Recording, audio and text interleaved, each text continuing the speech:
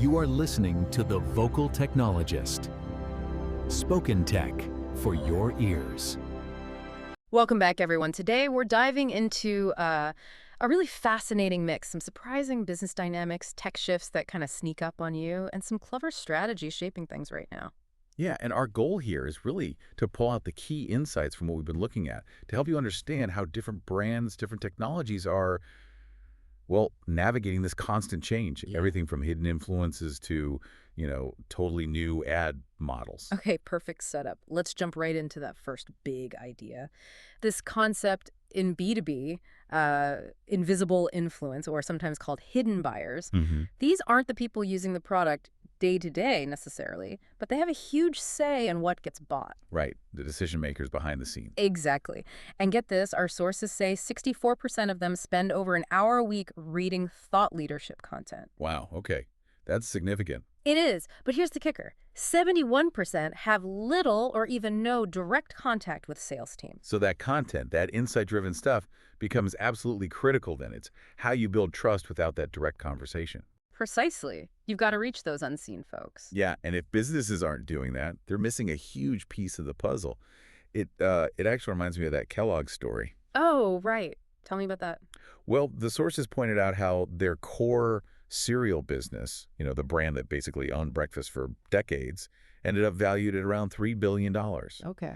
But contrast that with their snack assets, they spun those off into Kellanova. It just shows how they kind of missed the boat on where consumers were shifting, like towards healthier options or things you eat on the go. So the main cereal part struggled because it didn't adapt, while the snack side thrived by catching that wave. Exactly. A really stark example of, not spotting those subtle, almost invisible shifts in the market. The cost of missing those signals can be huge. That's a great point about signals. And speaking of big shifts, it's not just consumer goods, right?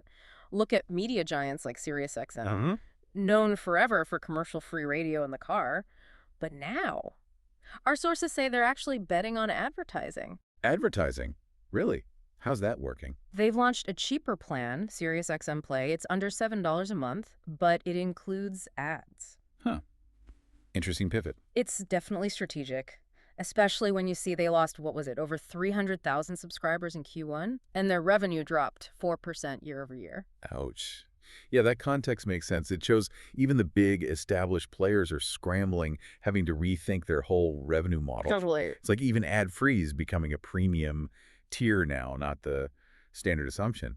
And, speaking of surprising shifts, what about AI coding tools? Oh, yeah. What's happening there? I feel like it's all about those fancy code editors. Well, that's what's interesting. The trend seems to be moving away from just the graphical editors back towards the terminal. The terminal, you mean like the command line, black screen text only. Exactly that. Tools like Claude Code, Gemini CLI, they suggest developers actually want more direct sort of system-level control when they're working with AI. Why, though? Aren't the visual tools supposed to be more productive? You'd think so, but maybe not always with AI. It seems there's a bit of skepticism growing about whether those graphical interfaces really boost productivity for certain AI tasks. Devs are saying, just give us the direct access, less abstraction. Fascinating. Okay, so we've got hidden influences, shifting business models, even developers changing how they use AI. What does this mean for engaging people effectively today? Good question. How do you actually do something with all this? Well, our sources had some smart ideas, especially for, say, legacy media companies with big website audiences. Okay. The play is to turn those passive readers into, active email list members. They suggest using meta ads for retargeting. Apparently, you can get acquisition costs under $1. Wow, under $1. That's efficient. Right. And then once you have them on the list, offer a really low-cost trial for a limited time, like maybe $1 a month for 3 months, just enough to nudge them towards becoming a paying customer. I see. It's a pathway. Right. But how do you connect authentically, especially with maybe newer or different audiences? It can't just be about cheap acquisition. Fair point. And that ties into another example from the sources, Hinge, the dating app. Hinge. What do they do?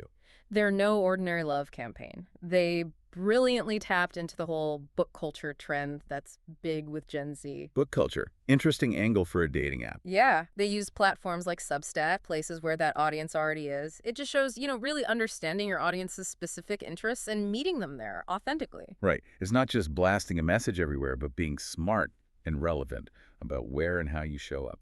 So quite a journey today. We've covered invisible B2B players, big brands trying ads, AI tools going back to basics, and even a dating app getting literary. hmm And the thread through all of this, I think, is the need for businesses to constantly reevaluate their entire approach. Not just collecting tools, but designing systems that actually listen and respond to customer signals, even the quiet ones. Which leads to a final thought for you listening. As you look at your own business, your own work, where might you be missing an invisible influence? Or maybe, is there a surprising new channel, a different way to connect that you just haven't considered yet? Spoken Tech for your ears.